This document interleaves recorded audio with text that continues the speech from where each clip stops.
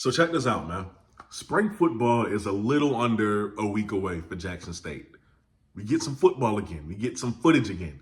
And there are 5 storylines in particular that I'm very excited about and that I am going to keep a close eye on during this duration of spring practice, and I think you should too. So we're going to talk about that in this video. Cue the intro.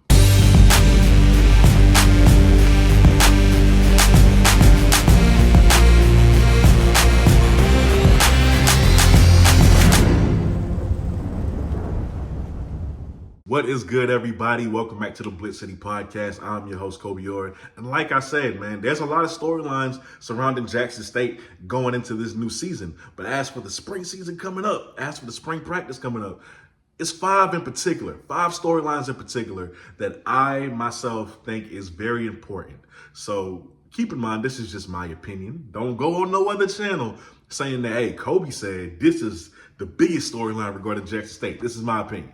All right, and I just want to talk about it with y'all. So down below in the comments, you let me know a storyline that you want to know about, that you want to keep your ears out for, that you think is bigger than what I'm talking about. I invite all that down below in the comments section. But the first storyline that I'm very excited to hear about regarding Jackson State is that offensive line. Let's be real. You have some key losses in that area. All right, Tyler Brown, he's going to Colorado now. Tyler Brown was a very strong tackle who got to Colorado with Coach Prime and is already their strongest offensive lineman. He's gone. Willis Patrick was undoubtedly the best offensive lineman last year on that team. He's now at TCU. Dimitri Jordan, graduation and at the draft. He's gone. Zach Bro was a grad student. He ended his career at Jackson State. He's gone. So those are 4 key guys, 4 key losses for you already. So I want to know what this offensive line is going to look like going into the spring. Who's stepping up? Who's going to be that next guy? Is it going to be Jasper Frias, who we'll see on that starting 5 next year? He's had a year in second string. He's 6'7", 330 pounds. How has he progressed? Has he gotten bigger? Has his physique, shaping up a little bit? How's he going to be going forward? You have key retentions in Evan Henry. He's back. And of course, you have Debo Hayes. Those two, that definitely helps your offensive line. But who's going to be the other 3 guys that is on that offensive line? So is it going to be Jasper Frias, or is it going to be Cameron James from Central Michigan that you guys got? Is it going to be Maximus Gibbs from USC? Shamar Allen, the newest transfer from the JUCO level that you guys have gotten for Jackson State. Shamar Allen being 6'4", 298 pounds. Max Gibbs being 6'7", 390 pounds. Cameron James being 6'8", almost 300 pounds. You guys are going to be big, no doubt, but I want to see just how much progress these guys have made from last year up until now. The next storyline, Seven McGee. Goes without saying, Seven McGee is undoubtedly, other than Asias Guthrie, he's your biggest acquisition in this offseason. So there has been rumbles that not only has he been impressing in workouts, one of the players on the team even said the offensive player of the year in the SWAC. He's just going to be that good. But with Seven, some people are saying, he's going to be used everywhere. So you might not even see him at running back, honestly. I've heard cornerback, I've heard receiver, and I've heard, some running backs. I want to know what they're seeing from him. I want to see footage of just how well he's balling for Jackson State. The third storyline that I want to talk about is the wide receiver room. Why? Because it's still very deep, but even as deep as y'all are in the wide receiver room, and it's still one of the best in the FCS, you lost a lot of guys. So I want to see how the returning guys who once had a starting job and didn't last year, how are they? Did they get their mojo back? Are they ready to go now? Who's going to step up? Which one of the young receivers is going to step up for Jackson State? Because there's a lot of guys we're waiting to see. But, your wide receiver room, probably your starters for next season are probably going to be Rico Powers, Trevonte Rucker, Malachi Wideman, and Willie Gaines. Those are probably going to be the first 4 guys off the rip, right? But then you look at the key losses. You lose Dallas Daniels to the draft in graduation. You lose Shane Hooks to the transfer portal. Shane has offers from Texas A&M, Ole Miss, I believe LSU. Like he's gonna be heavy Power 5. Shane Hooks ain't coming back. I'm sorry to say it. It doesn't look like it. He has a lot of big Power 5 offers, so he's impressed during his time in Jackson State. So you lost him. Quay Davis into the transfer portal. People thought he was gonna go with Prime to Colorado.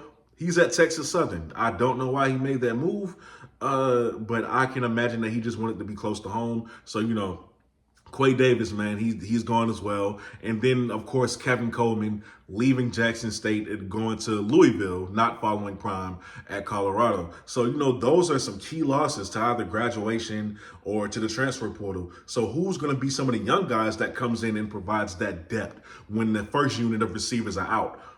You think of guys like Johannes Patillion, David Studstill, Isaiah Kendall, a 6'4" receiver that you got from Idaho State. I mean, you even had a walk-on last year from the University of Nebraska who was good. I don't know if he's still there, but y'all are loaded. Regardless, you guys are loaded at the wide receiver position. So all know we kind of got an idea of who the first four are going to be and who's going to get the most playing time that way. I want to know some of the young guys who are going to come in and, be a part of that second group. So where when you need a sub, Studstill, Johannes Patillion, Isaiah Kendall, Isaiah Spencer, somebody can step in and just, keep it going, just like how you did last year. So as far as the receivers go, that's what I want to know about. That's the storyline that I'm going to be following. Which one of the young guys are going to step up in that receiving room? The fourth thing I want to talk about is the secondary. I'm very interested in that secondary. Why? Because, you were hit the hardest out of everything, out of every position. You were hit the hardest in the secondary. Nugget, Isaiah, both have no more eligibility left. They're gone. They were drafted. Shiloh followed his father to Colorado. Cam followed Coach Prime to Colorado. Travis, Tavion, also at Colorado. John Huggins is now at New Mexico State. Herman Smith is now at Idaho State. Y'all were hit pretty heavily in that secondary. But you do retain K5, Kevin Wiggins, he's coming back. Jalen Hughes is coming back. Two experienced guys right there. On top of Frankie Dunn, the hard-hitting safety who might see a lot more action in this coming season.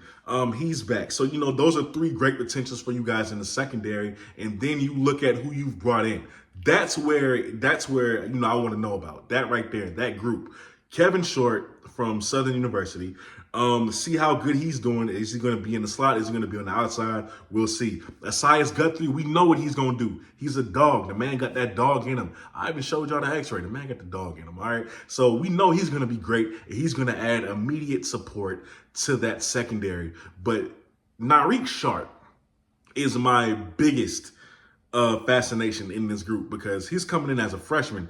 The kid could have went to Colorado or any other Power 5 school. He chose Jackson State regardless of if Prime was there or not because, he just loved Jackson State. And I love Narik Sharp's game and his wingspan, his speed, his recovery speed, his quick twitch ability. I think he's good enough to play right out of high school. I really do.